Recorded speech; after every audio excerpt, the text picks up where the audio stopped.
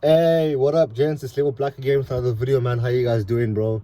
Check it out, G. I'm leaving the smoking club. To whoever who smokes or watches my channel, I'm leaving the smoking club. I used to smoke weed. I used to smoke cigarettes.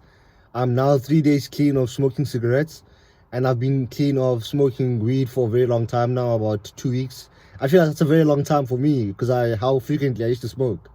So I am now part of the new club, of the No Smokers Club, okay? And there's a few reasons why I stopped smoking that I want to quickly talk about in this video. But it's just so funny when you leave the smokers club how people might treat you. You get two types of people who treat you differently, okay? You get like that one person who either gets angry at you internally but doesn't say it. You know, they might treat you differently after you stop smoking. They might not hang around with you anymore. They might not chill with you anymore. They might not just treat you the same anymore. Like if they were buddy with you, they might just keep distant with you. You know what I'm saying? Then there's a second person who doesn't change up. That's actually a real friend. The person who doesn't change up after you stop smoking, that's actually a real friend. Even if you stop drinking, the person who doesn't change up after you stop drinking is a real friend, bro. The people who don't change up, bro, once you stop something, okay, that used to actually that used to entangle the relationship, that used to be the cornerstone of how the relationship was even built, okay, that means the relationship has actually evolved over that and is now something bigger than just, you know, two guys sharing some time together over some drug, okay? Because drugs can actually connect people, unfortunately, and fortunately at the same time. Because I mean, drugs are very good. I mean, weed is beautiful, bro. Like I enjoyed smoking weed, bro. Okay, and you know, I enjoyed smoking cigarettes too. You know, but one of the few reasons why I had to stop smoking weed is because I have something called schizophrenia. And if you don't know what schizophrenia is that it's this disorder, it's a mental disorder where you don't know what's happening basically, and you start creating meaning out of nothing, right? So if you start creating meaning out of, like, if I see birds, right, and I see birds flying across over my house, okay, and I see at the same time I'm watching Elon Musk, right, like my brain, what's it's gonna do is gonna be like, yo, Elon Musk is gonna come to South Africa and I'm gonna meet Elon Musk. Like you also have deluded thoughts, okay? And everything's all about you. You think you're like this God presence person. You think you're just like so amazing. You're gonna like discover something new in the world. It becomes so egotistical. It's a very egotistical drug. Sorry, disorder. My bad. It's a very egotistical disorder, but it's actually really bad, bro. It's actually hard to stop. It's almost like, and I will say it's almost like no, not Tourette's. Is it Tourette's? What's that disorder where people can't stop saying some bad words in the middle of like an entire sentence? Like people will be speaking and then all of a sudden they say bad words all over and they start acting crazy and they go back and they start speaking the same. I think it's called Tourette's. I think it's similar to Tourette's in the fact that you can't. It's very difficult to stop thinking in these ways because it's so tricky. The disorder is so tricky, bro. Like it tricks you, bro.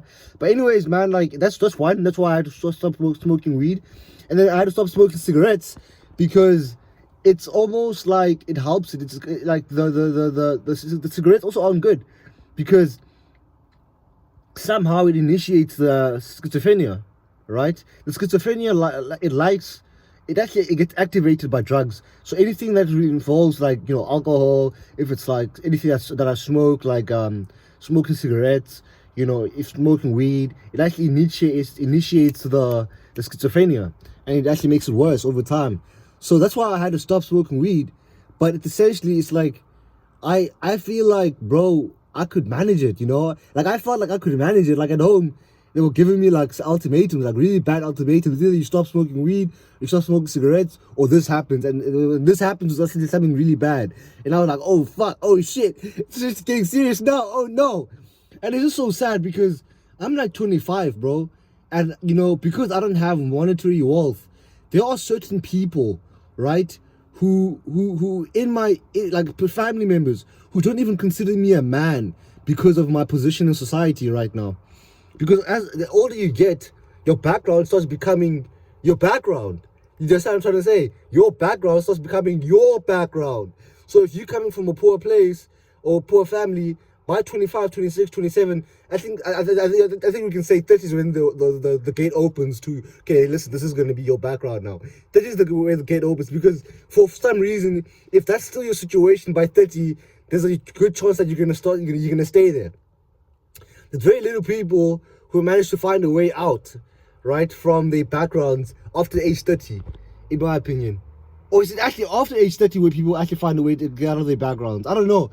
Like, this young success has actually really made us see success as a weird way thing. We've seen success as a weird thing. Like, you know the one, podcast, okay, not even podcast, but the one interview chat page on Instagram, the School of Hard Knocks, where this guy interviews successful people, you'll notice that most of those people are fucking, like, the average age there is like 40 something. But we still think success is like very young. We still think success is early 20s. Okay, not early 20s. We still think success is like late 20s to early 30s. We still think that, okay? But like the majority of the people who get interviewed there are like late 40s, bro. They're like late 40s, bro. And we still think that like success is like this thing that happens at 30s. Is crazy, bro. But it's essentially, yeah, bro, like, it's just so crazy how, like, some family doesn't even view me as, like, a man. Like, I'll hear some of them, like, they'll be like, they'll greet me, and then they'll greet me and they'll say boy at the end. It's like, what the hell, G? Why are you saying boy at the end? Like, why are you, like, I'm 25, like, like, it's fine, like, I understand. Like, if one of my friends says, hey, what's up, my boy? Like, it's like, oh, wait, your boy, yeah, well, it's like my friend, you know what I'm saying? But if you're like, it's a fucking old lady, and you're now calling me a boy, it's like, really, dude?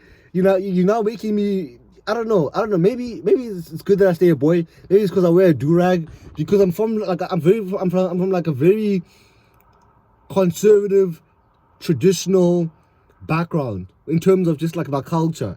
Like if you study my culture in my country, it's very conservative, very traditional. It's like these rules that you need to adhere by to get respect in the community.